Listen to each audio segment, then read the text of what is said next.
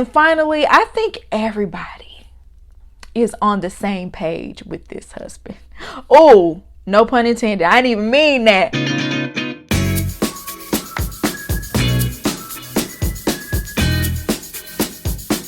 Welcome to La Vida Rosa. I'm your host, Pinky, and today we're going to be talking about my list of the most toxic partners from Married at First Sight. So if you'd like to see more, then just stay tuned, like, comment, and subscribe. And without further ado, let's get into this video. I don't know if I'm ever going to review this show again, especially after this last season.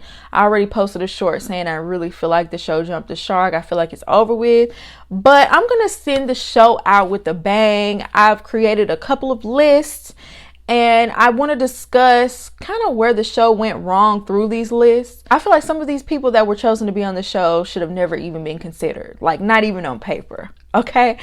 I tried to narrow this list down to 5, but it's a few that I just had to include. I'm going to start with Jose.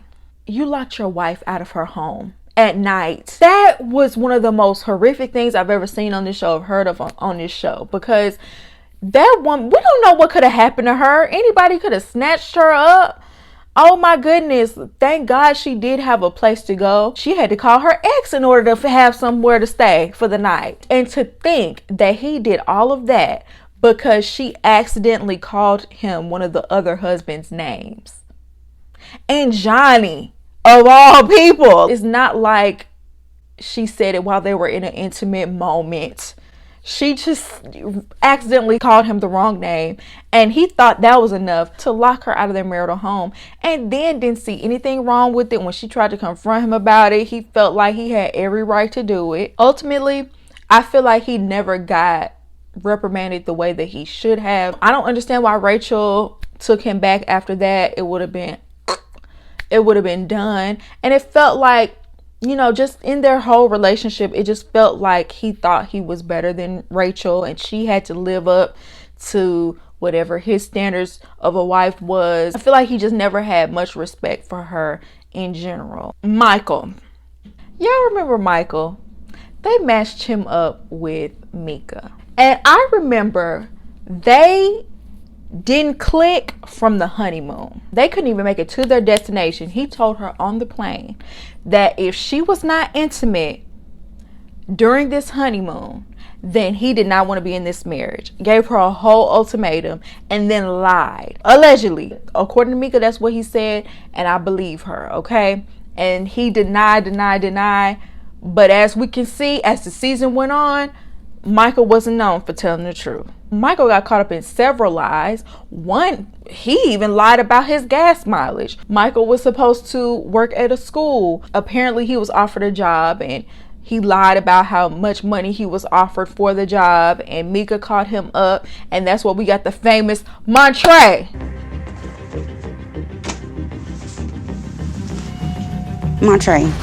I know we said we wouldn't walk away, but honestly, I am at my breaking point right now. That's the only reason why we know the producer's name, Montre, because Mika broke the fourth wall. She was done. I already told y'all I wasn't going to deal with no more of this line. I already told y'all he lied about his job, but he also said that he was a yoga instructor. So he invited Mika up to, I guess, see him teach a class, and she couldn't find him there. So she asked the front desk, you know, where was his class, or, you know, what classes does he teach?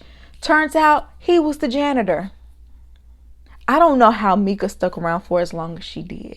Mika is one of those people that completely deserve a redo. She deserves to get a huge check just for her pain and suffering of dealing with Michael that whole season. It was embarrassing how many times this man lied and got caught up in all his lies. And you know what's even crazier? Clearly him and Mika didn't work out. They got divorced. But Michael is married. Yes, someone saw the show, know all about his lying past, and married him.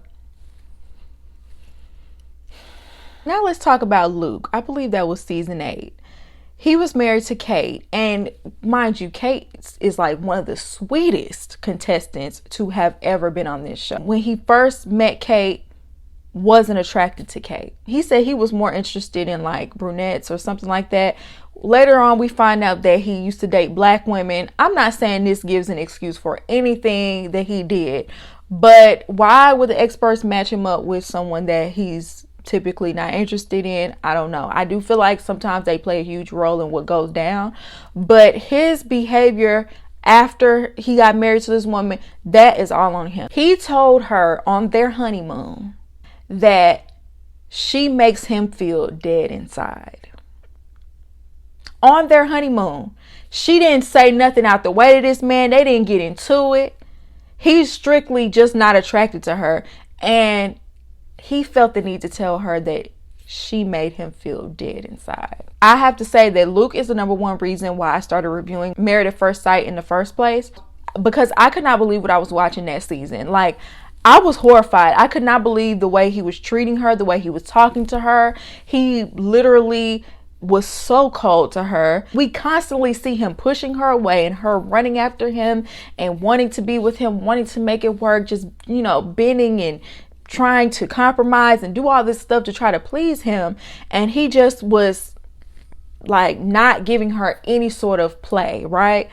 Come to find out, he had been sleeping with her the whole time and telling her to lie, not only to the experts, but to the viewing public. So obviously he's playing with her mind, because that's a huge mixed message to sleep with me and then tell me you're disgusted with me.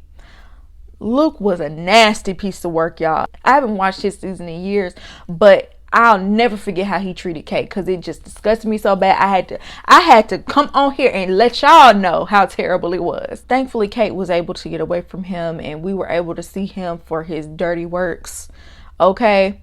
But yeah, that whole situation was wild. Now let's talk about Matt from season 9. He was married to Amber.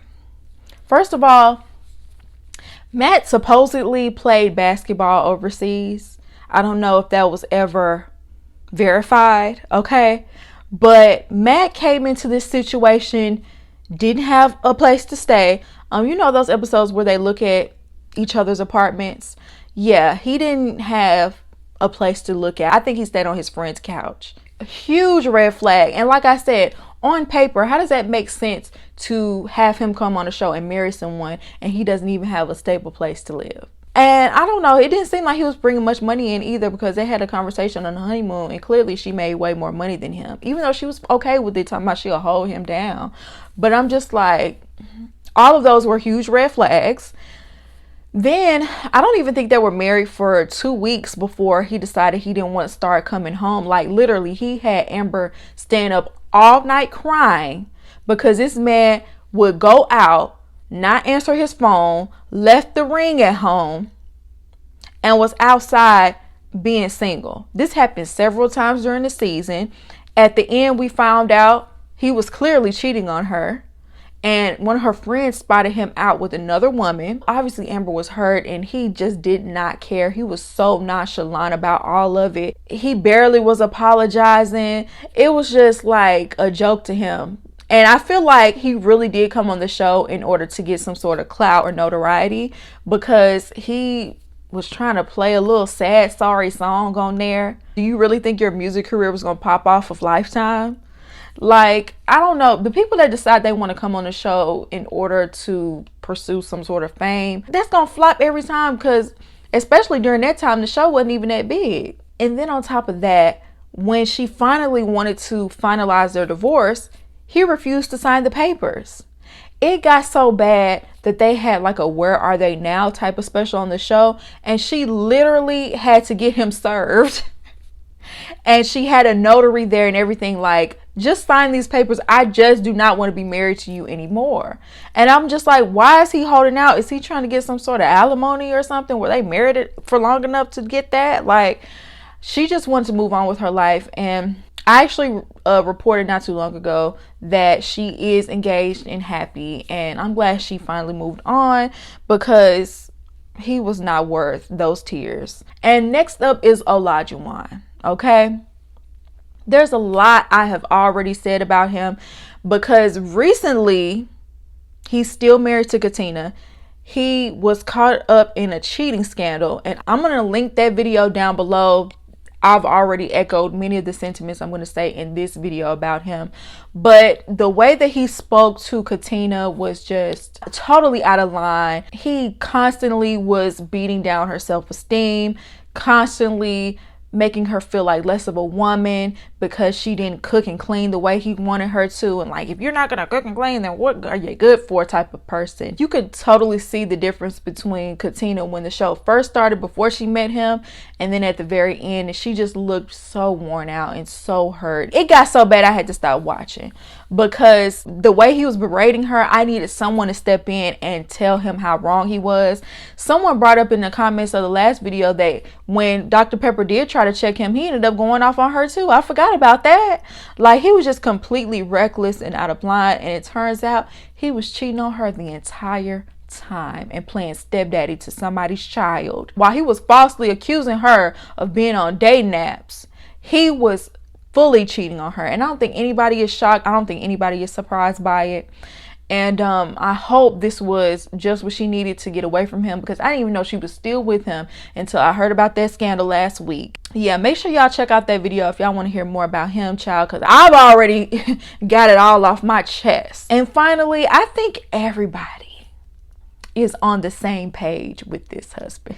Oh, no pun intended. I didn't even mean that. Chris, from the moment he popped up on my TV screen, I already knew what it was gonna be. Although Chris might have given Married at First Sight the most views they've ever seen, the most attention they've ever seen, this was like the beginning of the end for this show. For them to actually choose him to be married to someone, it could have been anybody. It wasn't just Paige. It could have been anybody. We already know what sort of whirlwind, tornado, hurricane storm he was gonna be. From the jump, he was very disrespectful to Paige. He was intimate with her on their honeymoon night, and the next day told her he was not attracted to her. I don't know how much more disrespectful you can get. Even at their wedding, when they first met, and he was telling his friends, yeah, she got a big butt and all this, you know, just talking about your wife in such a disgusting way. Later on the honeymoon, it came out that his ex was pregnant. To this day, I don't even believe it. Back then, it was iffy. I didn't know what was going on. Now that it's all played out and we kind of see what happened, it was all a lie, allegedly. It was all a lie, because where's the baby? It really just felt like he was looking for a way out of it. He never even actually moved into their shared apartment together. He kept stringing Paige along, and it was even frustrating with Paige, because it's like, why are you constantly giving this man a chance? And she was constantly saying, oh, well, God put us together. No, just say you miss God. Don't blame God. God would have never told you to come on this show and marry Chris, okay? You thought you heard God, or you were just desperate for a husband. Just be real about that part, okay? Chris treated her like trash, okay? He even brought his ex on the show with Paige. The way that y'all were willing to ruin the integrity of the show by allowing certain things like that, like, there's absolutely no way. Even though the girl didn't really say anything out of line, her even showing up was disrespectful. Like, you know he's married to someone else, and why do y'all need to sit down? It was a whole Jerry Springer episode, even down to decision day. Why did he even really have to show up and them have to give an official decision? I don't know. He never actually lived with her. They never actually lived as husband and wife. Why are we even here? And then later after the show, we find out the girl lost the baby, and then Chris said that she lied to him about being pregnant in the first place. It was just so much drama, y'all. On top of that, outside of the show, Chris, anybody that had anything to say about Chris, he was going at them online. I'm surprised he didn't come for me, okay? I'm surprised he didn't come for me. He was going in on everybody.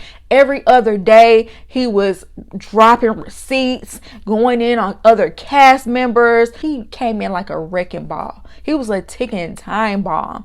He loved all the attention. He's one of those people that loves attention, whether it's negative or positive. I always want to play the victim when he's the villain. And then now I see him in the shade room comments trying to rebrand. Every time I turn around, I see him in the comments sticking up for black women, standing up for black women. And I'm looking, there are people actually giving him likes and commenting in support of what he's saying. I'm like, do y'all not know who this is? If we're not careful, he gonna come in here and try to be the next Kevin Samuels. And then he had the nerve to criticize Paige's looks. As if he don't have this 90s Gumby hairstyle. Like, and he told Pastor Cal, like, there's so many other beautiful white queens, Asian queens, black queens y'all could have set me up with. He was so disrespectful to black women. For him to be trying to come back and rebrand like he just is this champion for black women is disgusting and laughable. Like, how dare you? But yeah, that's it for my list. Y'all let me know if I should do a part 2, because I could definitely do a part 2 with women. Also, let me know your picks for Married at First Sight's most toxic partners. I would love to hear your opinion, and I hope you enjoyed this video, and I'll see you in my next one. Peace.